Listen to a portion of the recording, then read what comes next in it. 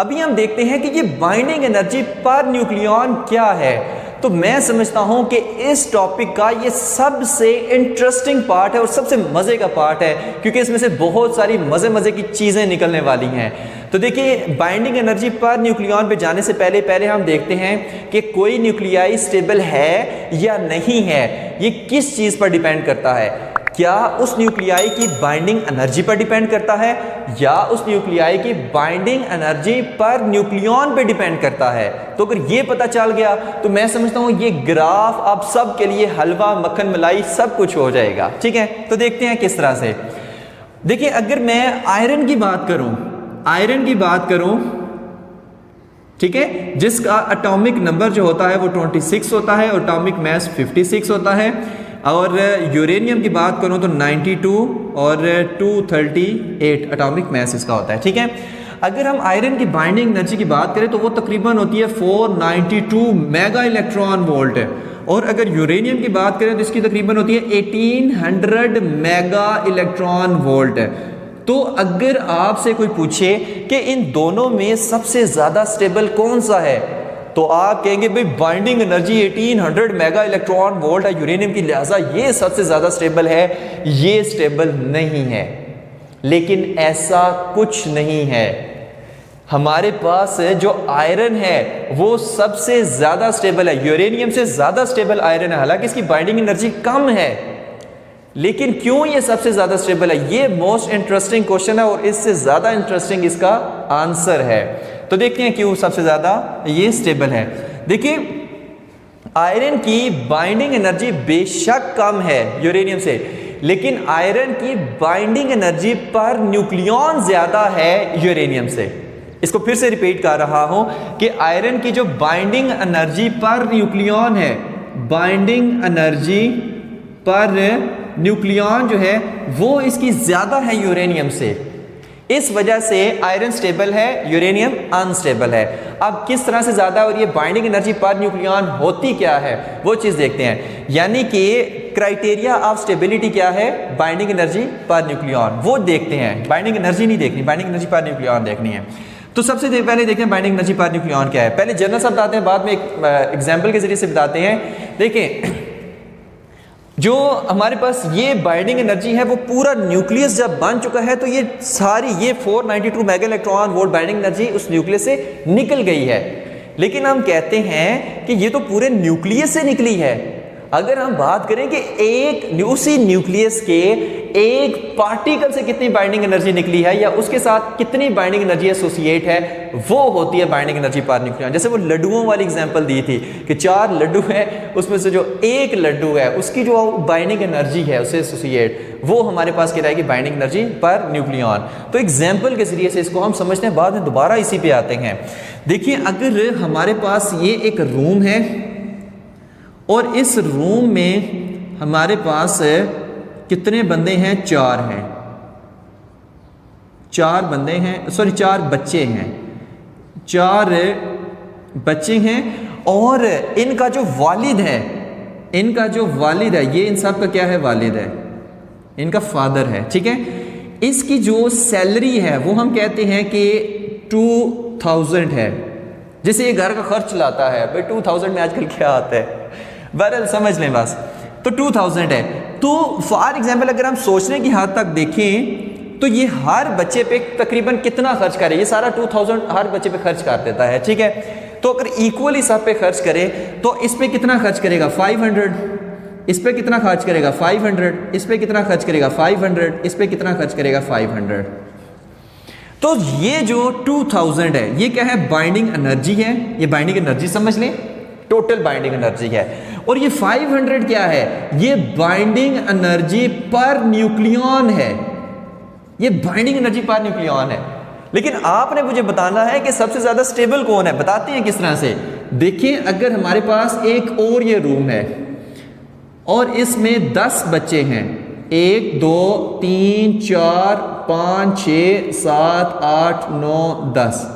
ठीक है, बस ये समझ आना है। ठीक है, इसी तरह के ये 10 बच्चे हैं और इनके भी वालिद साहब हैं और उनकी जो इनकम है वो 4000 है रुपीस। ठीक है, और वो 4000 क्या करता है, इन बच्चों पर खर्च करता है, इन बच्चों पर क्या करता है, खर्च करता है। तो 4000 डिवाइडेड बाय 10 कितना आ जाएगा, 10 1 10 400, यानी हर बच्चा कितना खर्च करेगा, 400, ये भी 400, ये भी 400, ये भी 400, ये सारे 400, यानी हर एक बच्चे के हिस्से में आया 400, यानी कि इसकी बाइंडिंग एनर्जी कितनी है, 4000 है। इसकी जो बाइंडिंग एनर्जी पर न्यूक्लियन है वो कितनी है, 400 है। तो मुझे बताएं ये ज्यादा स्टेबल है या ये ज्यादा स्टेबल है? बाइंडिंग एनर्जी इसकी ज्यादा है, इसकी कम है। बाइंडिंग एनर्जी पर न्यूक्लियन इसकी ज्यादा है, इसकी कम है। तो भाई ये ज्यादा स्टेबल है, क्योंकि इसमें हर एक बच्चे के पास 500 आ रहा है, इसके में हर एक बच्चे के पास 400 आ रहा है। तो स्टेबल कोई चीज है या नहीं है, ये किस पे डिपेंड करती है, बाइंडिंग एनर्जी पर न्यूक्लियन पे डिपेंड करता है। ठीक हो गया? तो ये एग्जाम्पल हमेशा याद रखनी है, ये कभी भी नहीं भूलेगा। हमारा कपड़ा कहाँ गया? ठीक हो गया। तो अब मैं इसको रेस करने वाला हूं, क्योंकि इसमें और बहुत सी इंपॉर्टेंट चीजें भी आने वाली हैं। अभी तो ये कुछ भी नहीं है। देखें बाइंडिंग एनर्जी पर न्यूक्लियन, इसके जो आयरन के एक न्यूक्लियन की जो एनर्जी होती है ना, वो होती है 8.8 मेगा इलेक्ट्रॉन वोल्ट, और इसकी जो होती है वो होती है 7.6 मेगा इलेक्ट्रॉन वोल्ट।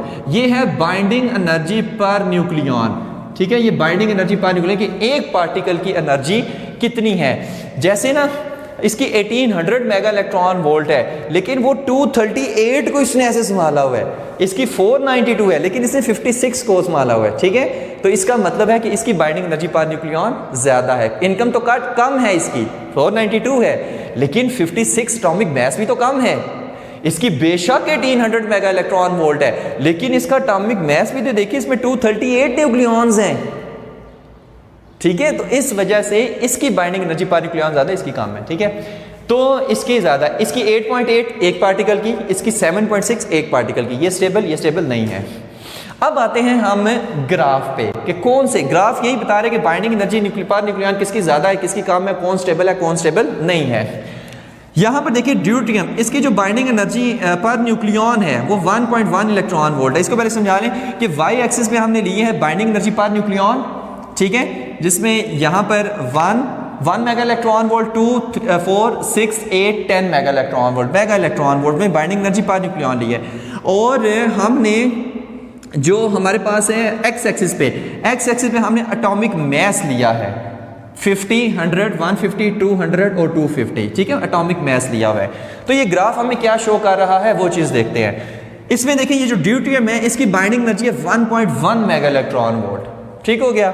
और यहां से ये देखिए हीलियम की एकदम से अप हो जाती है। हीलियम की तकरीबन 7 mega electron volt 7.2 mega electron volt तक तकरीबन बाइंडिंग एनर्जी आ रही है एक पार्टिकल की। तो इसका आंसर है कि हीलियम की एकदम से इतनी ज्यादा क्यों हो जाती है। तो इसका ऑथेंटिक कोई आंसर तो नहीं है, लेकिन कहा जाता है कि जो हमारे पास इवन एटॉमिक मास वाले पार्टिकल्स होते हैं, सॉरी न्यूक्लियाई होते हैं, उनकी जो बाइंडिंग एनर्जी पर न्यूक्लियॉन होती है वो ज़्यादा होती है। जैसे इसका कितना है 4 है, इसका कितना है 16 है, इसका 4 है हीलियम का, ऑक्सीजन का 16 है, कार्बन का 12 है। तो इनकी बाइंडिंग एनर्जी पर न्यूक्लियॉन भी क्या है, ज़्यादा है। ठीक है, तो इसकी ये रीज़न इसमें आ रही है। अब नेक्स्ट चीज़ इसमें क्या आती है वो चीज़ देखते हैं। देखिए यहाँ पर इसकी 1.1 मेगा इलेक्ट्रॉन वोल्ट और यहां से ऊपर जाते जाते बाइंडिंग एनर्जी पर न्यूक्लियॉन की और ये ज्यादा हो रही है।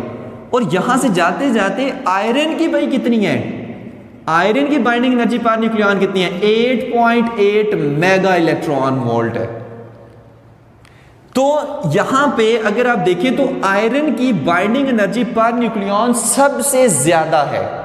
सबसे ज्यादा बाइंडिंग एनर्जी पर न्यूक्लियॉन किसकी है, आयरन की है। उसके बाद देखिए यहां से फिर डिक्रीज होना शुरू होती है और डिक्रीज होते होते यूरेनियम की यहां पर बाइंडिंग एनर्जी क्या है, सबसे कम है 7.6 मेगा इलेक्ट्रॉन वोल्ट। ओके हो गया। तो अब इसको समराइज करते हैं, ध्यान से इधर बस देखना है।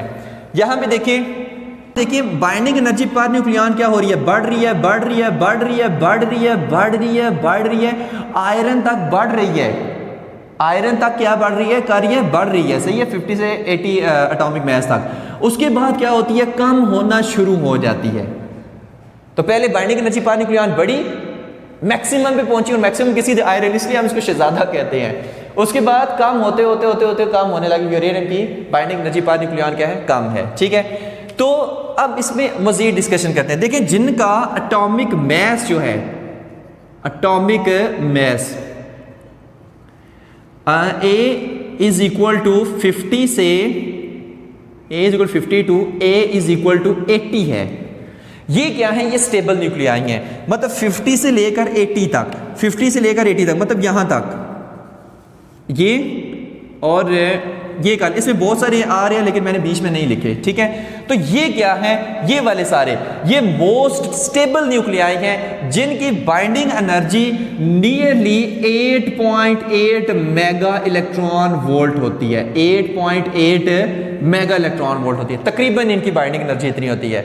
तो ये वाले जो होते हैं ये ना फिशन रिएक्शन करते हैं ना ये फ्यूजन रिएक्शन करते हैं।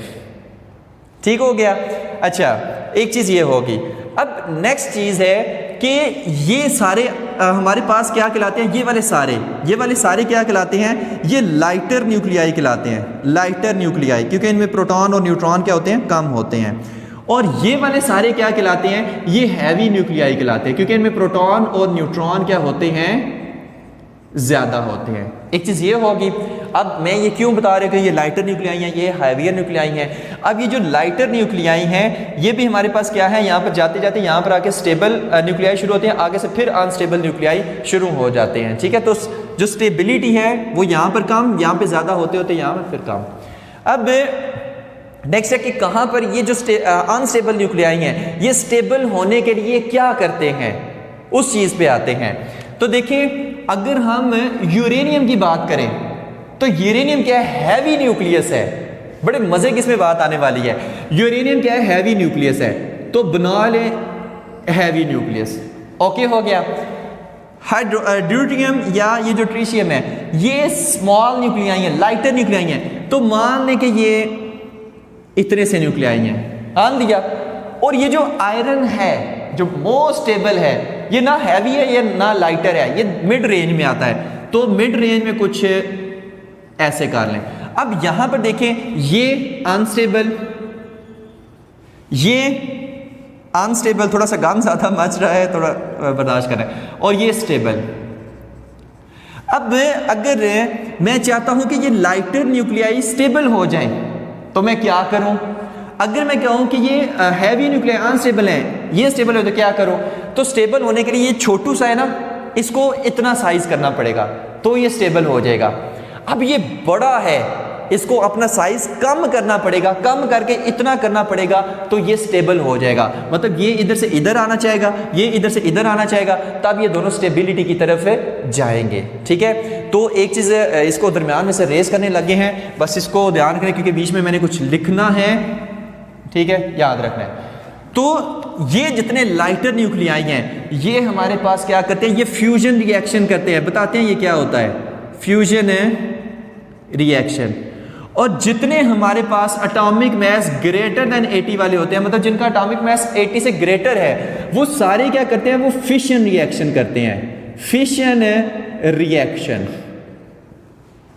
क्यों, स्टेबल होने के लिए, स्टेबल होने के लिए, और large amount of energy release होती है। अब देखेंगे फ्यूजन रिएक्शन और फिशन रिएक्शन क्या है। देखिए फिशन रिएक्शन ये है कि जब हैवी न्यूक्लियस स्प्लिट हो जाता है स्मॉल न्यूक्लियाई में, तो इस प्रोसेस को हम कहते हैं फिशन रिएक्शन। यानी कि जब हम इस पे कोई न्यूट्रॉन की बम्बार्डमेंट करते हैं, फिशन रिएक्शन आगे जाके हमारा टॉपिक भी आ रहा है, तो ये टूट जाता है, यूरेनियम टूट के बेरियम और क्रिप्टॉन में चेंज हो जाता है। तो ये क्या है, ये स्टेबल न्यूक्लियाई है, यानी कि ये स्टेबल न्यूक्लियाई की तरफ आ जाता है। ठीक है, तो अगर यूरेनियम को हमने स्टेबल करना है तो हमें फिशन रिएक्शन कराना पड़ेगा, यानी हैवी न्यूक्लियस को तोड़वाना पड़ेगा दो स्मॉल न्यूक्लियाई में। अब ये क्या है, ये इसकी निस्बत ये वाले स्टेबल हैं, तो इस तरह से ये फिशन रिएक्शन करके क्या होता है, स्टेबल होता है। अच्छा, अगर हम इनकी बात करें, अब ये छोटू हैं, अब ये छोटू हैं, इन्होंने इस साइज पे पहुंचना है स्टेबल होने के लिए, तो ये क्या करेंगे, फ्यूजन रिएक्शन में क्या होता है, फ्यूजन रिएक्शन में क्या होता है कि दो स्मॉल न्यूक्लियाई मिलके एक बड़ा न्यूक्लियस बनाते हैं और large amount of energy emit होती है। यहां पर भी large amount of energy emit होती है, तो ये होता है फ्यूजन रिएक्शन, ये होता है फ्यूजन रिएक्शन। जैसे यहां पर ड्यूटेरियम है ना, हाइड्रोजन 1 और 2, तो इसी तरह अगर हाइड्रोजन 1 और 2 प्लस ड्यूटेरियम 1 और 2, तो ये हमारे पास मिलके क्या बनाएंगे, हीलियम नहीं बनाएंगे 2 और 4, ठीक है, और प्लस एनर्जी एमिट होगी। तो हीलियम क्या है, यहां पर हीलियम काफी ज्यादा स्टेबल नहीं है इसकी निस्बत, यानी कि अगर ये स्टेबिलिटी की तरफ जाना चाहते हैं तो ये फ्यूजन रिएक्शन करते हैं, मतलब कि दो न्यूक्लियाई मिलके एक बड़ा न्यूक्लियस बनाते हैं और स्टेबिलिटी की तरफ जाते हैं। और ये क्योंकि अनस्टेबल है, बड़ा न्यूक्लियस है, इसने इसके साइज पे आना है स्टेबल होने के लिए, तो ये फिर दो टुकड़े हो जाता है, मतलब किसी रिएक्शन के जरिए से न्यूट्रॉन के बॉम्बार्डमेंट से फ्यूजन रिएक्शन में पड़ेंगे तो हम इसके दो टुकड़े कर देते हैं। तो ये बेरियम और क्रिप्टॉन मतलब छोटे छोटे न्यूक्लियाई में कन्वर्ट हो जाता है। अब ये क्या है, ये हमारे पास इस रीजन में लाए करेंगे, तो ये भी क्या हो जाएगा, स्टेबिलिटी की तरफ आएगा। तो ये याद रखना, ये सारे फ्यूजन रिएक्शन करेंगे, ये सारे फिशन रिएक्शन करेंगे, और ये वाले जो है ये ना फिशन रिएक्शन करेंगे ना फ्यूजन रिएक्शन करेंगे, क्योंकि ये है ही स्टेबल हैं। इनको क्या मसला है फिशन और फ्यूजन करें, तो ये स्टेबल हैं। तो ये वाली कहानियां हमेशा याद रखें। अगर कोई पूछे सबसे स्टेबल क्या है, तो आपने कहना आयरन है। क्यों स्टेबल है भाई, इसकी बाइंडिंग एनर्जी पर न्यूक्लियॉन सबसे ज्यादा है, इसका मास डिफेक्ट पर न्यूक्लियॉन सबसे ज्यादा है, इस वजह से ये मोस्ट स्टेबल एलिमेंट है इन पीरियोडिक टेबल। ठीक है, यहां पर देखिए इसकी 8.8 मेगा इलेक्ट्रॉन वोल्ट इसकी एनर्जी आ रही है। अगर हम यूरेनियम की देखें तो यूरेनियम के यहां पर आएगा और इसकी तकरीबन 7.6 मेगा इलेक्ट्रॉन वोल्ट इसकी बाइंडिंग एनर्जी आ रही है। तो ये सारी चीज़ें आपने हमेशा इसको लेक्चर को बार बार सुने, इन चीज़ों को अपने दिमाग में एक दफ़ा बिठा ले। कोई भी एमसीक्यूज आ जाए, कोई भी शार्ट क्वेश्चन आ जाए, आप आराम से कर सकते हैं अगर आपका इसको कॉन्सेप्ट क्लियर है। तो ये थे इसके रिजल्ट्स है कि 50 से 80 वाले एटॉमिक मास वाले स्टेबल है, 80 से अबव अनस्टेबल है, 50 से लेस वो भी अनस्टेबल है। ठीक है, रिजल्ट्स हो गए। समरी, अब इसको समराइज करते हैं। सबसे पहले हमने देखा कि मास डिफेक्ट क्या होता है। मास डिफेक्ट क्या होता है कि जब इंडिविजुअल न्यूक्लियॉन का मास अगर हम देखें तो वो ज़्यादा होता है, जब वो मिलकर एक न्यूक्लियस बना देते हैं तो उसका मास कम होता है। तो ये जो मास में डिफरेंस है इसको हम क्या कहते हैं, मास डिफेक्ट कहते हैं। और मास डिफेक्ट हम कैसे निकालते हैं, mass of nucleons minus mass of nucleus. तो इस तरह से हम मास डिफेक्ट उसमें से निकाल सकते हैं। उसके बाद हमने देखा था बाइंडिंग एनर्जी क्या होती है, ये वो एनर्जी है जो न्यूक्लियस की फॉर्मेशन के दौरान रिलीज होती है। और बाइंडिंग एनर्जी की एक और डेफिनेशन है कि अगर इसी न्यूक्लियस को हमने तोड़ना हो तो जितनी पहले रिलीज हुई थी अगर उतनी एनर्जी हम उसको वापस दे दें तो वो टूट भी जाएगा। तो दोनों क्या है, ये बाइंडिंग एनर्जी है। उसके बाद हमने देखा था इसमें जो हमारे पास है मास डिफेक्ट पर न्यूक्लियॉन, कि अगर एक न्यूक्लियॉन है वो कितना मास लूज कर रहा है। उसके बाद हमने देखा था 1 AMU बाइंडिंग एनर्जी की कितनी होती है, तो 1 AMU में 931 मेगा इलेक्ट्रॉन वोल्ट हमारे पास बाइंडिंग एनर्जी होती है। बाइंडिंग एनर्जी ऑफ हीलियम हमने देखी थी तकरीबन 28.2 मेगा इलेक्ट्रॉन वोल्ट निकली थी, सारा वो प्रोसेस करके। बाइंडिंग एनर्जी पर न्यूक्लियॉन, ये अभी हमने सारा कुछ देख लिया है और रिजल्ट्स देख लिए हैं और समरी देख ली है। तो ये था हमारा आज का lecture. Thank you very much, अल्लाह हाफिज़।